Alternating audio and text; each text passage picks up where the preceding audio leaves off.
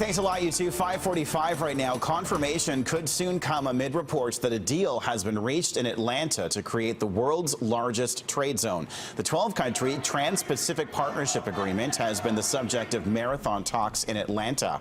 The deal would affect 40% of the world economy. Insiders say one of the issues that got in the way of the deal is Canadian dairy.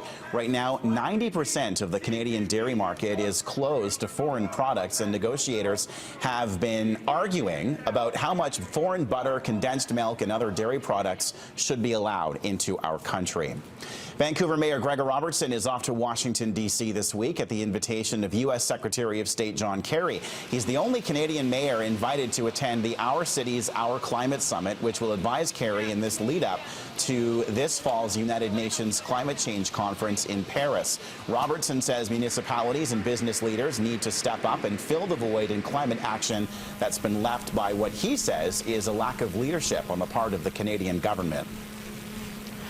Environmental groups and a labor union are expected to begin their arguments in court this morning over their opposition to the Northern Gateway project. 8 First Nations bands are also expected in Vancouver's Federal Court of Appeal in an effort to overturn the federal government's approval of the controversial $7 billion plan. The proposed 1,200-kilometer twin pipeline would carry diluted bitumen from Alberta's oil sands to BC's coast, where tankers would then ship it overseas.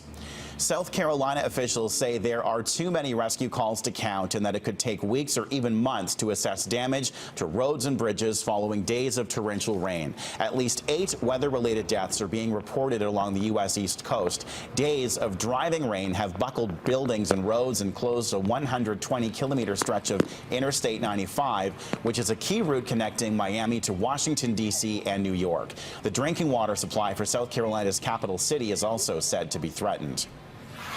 Hurricane Joaquin has flattened homes and structures in the Bahamas with winds of 210 kilometers an hour. The storm roared across parts of the Bahamas late last week as a major Category 4 hurricane, but it weakened considerably by the time it hit the Bermuda region overnight. The storm has since moved farther out into the Atlantic.